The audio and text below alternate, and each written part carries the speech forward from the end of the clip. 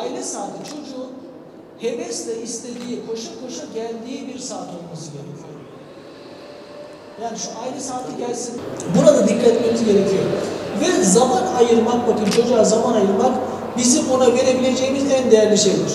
Şimdi zengin bir insansınızdır. Mesela çok zenginsiniz. Çocuğa diyelim ki 10.000 lira harçlık verdiniz. Şimdi bu çocuk gözünde çok da büyük bir şey değil. Çünkü çocuk onun sizin için çok değerli olmadığını bilir. Yani milyonlara hükmediyorsun sen, 10.000 lira veriyorsun çocuğa.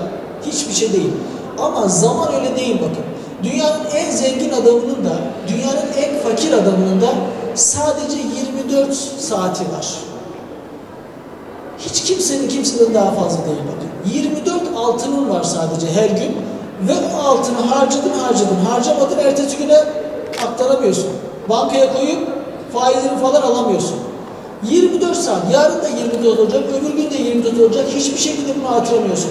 Ve düşün ki Bill Gates'in de 24 saati var sadece bir günde.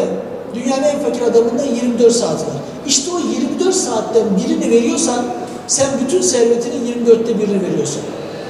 Ve bu çok değerli bir şey. Gerçekten bir insan için zaman ayırmak, zamanımızı vermek ona verebileceğimiz en değerli şeydir.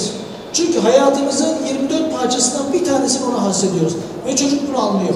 Sevildiğini hissediyor ve buna göre davranıyor. O yüzden çocuğa zaman ayırmak ona verebileceğimiz en büyük hediye.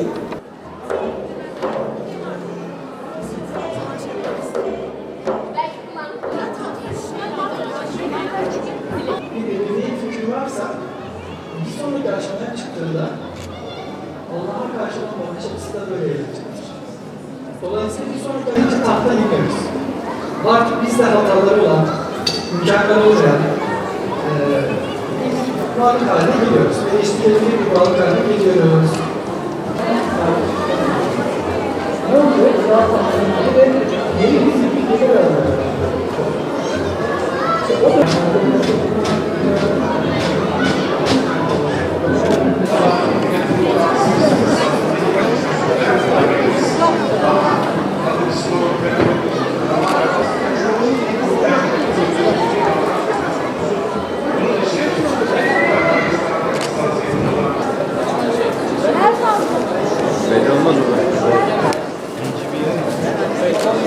Yarın 7'de burada olmaları gerekiyor.